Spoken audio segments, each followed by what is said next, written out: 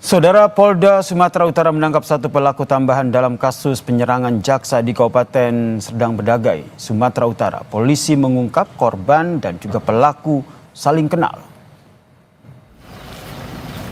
Satu pelaku tambahan berperan sebagai pengemudi sepeda motor dan membawa eksekutor untuk menyerang korban, John Welsi Sinaga, dengan senjata tajam. Pelaku mengaku diperintah oleh Alpa Patria Lubis. Kabid Humas Polda Sumatera Utara Kombes Ferry Walintukan menjelaskan motif pembancokan jaksa yang bertugas di Kejaksaan Negeri Deli Serdang ini masih didalami di Treskrimum Polda Sumatera Utara. Namun diyakini jaksa dengan pelaku yang memerintahkan dua eksekutor saling mengenal. Polda Sumatera Utara juga sedang mendalami dugaan keterlibatan para pelaku dengan kasus kejahatan lainnya. Perannya sudah kita amankan. Pertama AFL alias K itu sebagai yang menyuruh, kemudian SD atau inisial G itu sebagai eksekutor, dan M alias B itu sebagai membantu yang menyetir. Pelaku dan korban saling kenal. Ya, kami sedang mengembangkan kasus tersebut jika ada motif-motif ataupun ada tersangka-tersangka lain yang terlibat. Ada kemungkinan kasus yang ditangani oleh Pak Jaksa, Pak? Ya, itu masih pendalaman kami. John Welsi Sinaga, jaksa di Kejaksaan Negeri Deli Serdang dan juga stafnya tengah berada di ladang sawit di Desa Perbaingan, Kabupaten Serdang Bedagai, Sumatera Utara pada Sabtu 24 Mei 2025. Sekitar pukul 13:15 waktu Indonesia Barat, datang dua orang tidak dikenal menggunakan sepeda motor dan menyerang kedua korban. Kedua pelaku kabur saat mengetahui kedatangan sopir pengangkut sawit. Sopir itu kemudian menolong kedua korban. Saksi menemukan kedua korban tergeletak penuh luka. Saksi kemudian menolong korban dengan membawa mereka ke RSUD Lubuk Pakam, Deli Serdang, Sumatera Utara. Korban menjalani perawatan lantaran luka yang dialami korban cukup parah.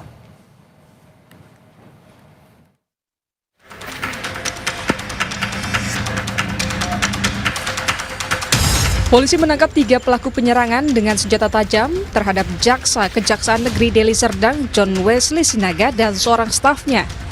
Mereka merupakan eksekutor dan dalang di balik penyerangan itu. Salah satu pelaku ditangkap di Kota Binjai. Seorang saksi menjelaskan melihat 2 orang mengendarai sepeda motor dan meninggalkan lokasi kejadian. Tak lama berselang, terdengar suara korban minta tolong. Ada Vario 2 naik ke atas. Bilang kawan itu, ada kawanku satu lagi, bang kenapa tangannya berdarah? Udah aman kata dia. Rupanya nggak lama dibawa teriak, nggak tolong, mau main dibacok katanya gitu. Coba kejar itu, kejar ya kan. Gue bilang kok aja ngejar, aku ambil ke bawah nolong abang itu, gue bilang. Bapak langsung ambil lari ke rumah sakit. Itu yang luka apanya aja bang, korbannya? Sini ya. Itu siapanya yang luka bagian situ bang? Bang Wewen itu, bang Johnnya. Lagi ngapain korban itu bang di situ? Panen sawit.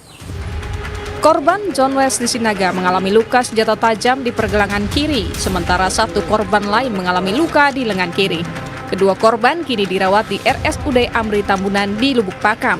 Sementara polisi tengah mendalami motif dalam kasus ini serta memburu sejumlah orang yang diduga terlibat dalam kasus ini.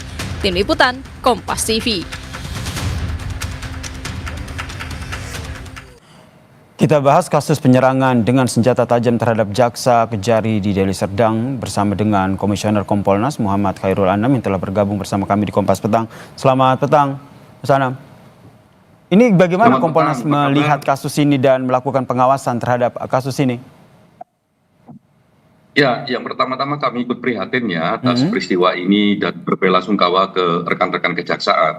Tapi ini semakin menandaskan kita semua bahwa pentingnya untuk melakukan evaluasi menyeluruh terhadap perilaku ormas atau fenomena ormas di Indonesia.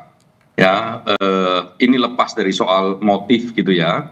Penyerangan sebelumnya ke polisi sebagai penegak hukum, terus ini ke kejaksaan juga sebagai penegak hukum. Apalagi kalau nanti terbukti ada hubungan penegakan hukum dengan peristiwa pembacokan ini, itu kan berarti serangan langsung terhadap fungsi-fungsi negara. Oleh karenanya kami mendukung Polda Sumatera Utara ya, atau Polres Medan yang menangani kasus ini untuk secara serius membongkar semuanya. Jangan berhenti di hanya peristiwa ini, gitu. Tapi rekam jejak ormas tersebut harus dilihat secara detail, ya, seberapa sering mereka melakukan pelanggaran hukum dan sebagainya.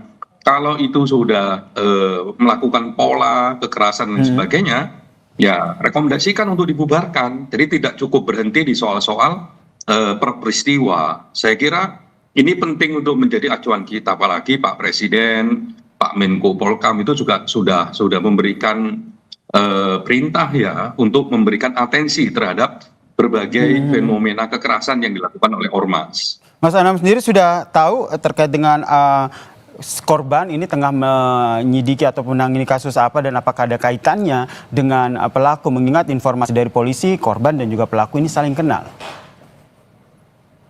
Iya, kalau mendengar berbagai informasi memang ada kaitannya dengan nanganin kasus, tapi apakah betul ataukah tidak ya biarkan teman-teman kepolisian yang melakukan penyidikan.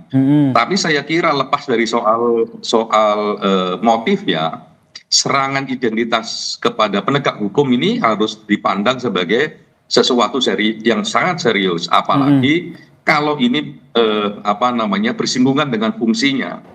Kalau betul misalnya ini serangan terhadap jaksa adalah serangan ketika fungsi-fungsi kejaksaan ya melakukan fungsinya, misalnya informasi walaupun ini belum tentu benar atau tidak motifnya, ini karena putusan A terus dilakukan banding gitu ya, terus jaksanya diserang kayak begini. Kalau betul itu yang terjadi, ini kan berarti serius menantang negara. Oleh karenanya kita mendorong kepolisian khususnya yang sekarang terjadi Polda Sumatera Utara untuk bertindak tegas dan tidak mendorong polisi untuk bertindak tegas ya, Mas Anam.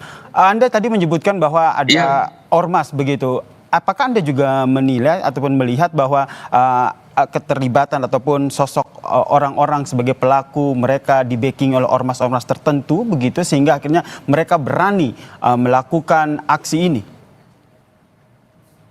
Biasanya ormas kan memang merasa memiliki kekuatan, merasa memiliki kewenangan karena salah satunya di backing gitu ya. Saya kira momen saat ini seluruh Indonesia harus menjadikan momen untuk membongkar itu semua ke akar-akarnya gitu. Kalau perlu memang ormasnya dibubarin, biar tidak meresahkan masyarakat, tidak terjadi lagi pembakaran mobil polisi, tidak terjadi pembacokan kepada jaksa maupun kepada masyarakat, pemerasan dan sebagainya. Ya, mumpung ini juga Pak Presiden memberikan perhatian terhadap fenomena ormas. Gitu. Pak Kapolri juga iya, di secara internal kepolisian Pak Kapolri juga memberikan atensi terhadap berbagai perilaku ormas. Lah momen ini tolong digunakan sebagai satu momen untuk membongkar semuanya. Jadi kalau ada kasus, jangan hanya berhenti di kasusnya, tapi lihat polanya. Kalau polanya terus-menerus terjadi kayak begini, artinya memang sistematis. Tidak hanya pelaku lapangan yang harus diseret, yang bertanggung jawab, tapi juga siapapun yang memberikan perintah, siapapun pemimpin ormasnya. Ya, untuk ormasnya sendiri bisa dievaluasi. Ketika evaluasinya memenuhi syarat undang-undang ormas misalnya, ya bisa koordinasi dengan Menteri Dalam Negeri misalnya untuk membubarkan ormas tersebut. Karena kita tidak boleh kalah dengan para preman, kita tidak boleh kalah dengan perilaku tindak kekerasan. Negara ini diciptakan dengan perdamaian. Sebenarnya kita senang banyak ormas ya, karena esensinya adalah berorganisasi itu juga dilindungi oleh undang-undang, oleh konstitusi, tapi berorganisasi yang damai, ya, yang membantu masyarakat, membantu pemerintah, membantu negara untuk mengembangkan pembangunannya, bukan melakukan tindakan kekerasan, preman dan sebagainya. Berarti Kompolnas mendorong terkait dengan kasus penyerangan jaksa ini tidak hanya berhenti pada pelaku, tapi harus juga mengusut sampai ke akar-akarnya, termasuk mereka yang ada di balik ataupun dalang, meskipun itu ormas. Oh iya, iya siapapun itu, baik organisasinya maupun aktornya, siapapun di balik itu harus diusut gitu, agar memang rasa nyaman di masyarakat terwujud, rasa nyaman untuk melakukan fungsi-fungsi penegakan hukum oleh semua aktor penegak hukum, mau polisi mau jaksa juga aman.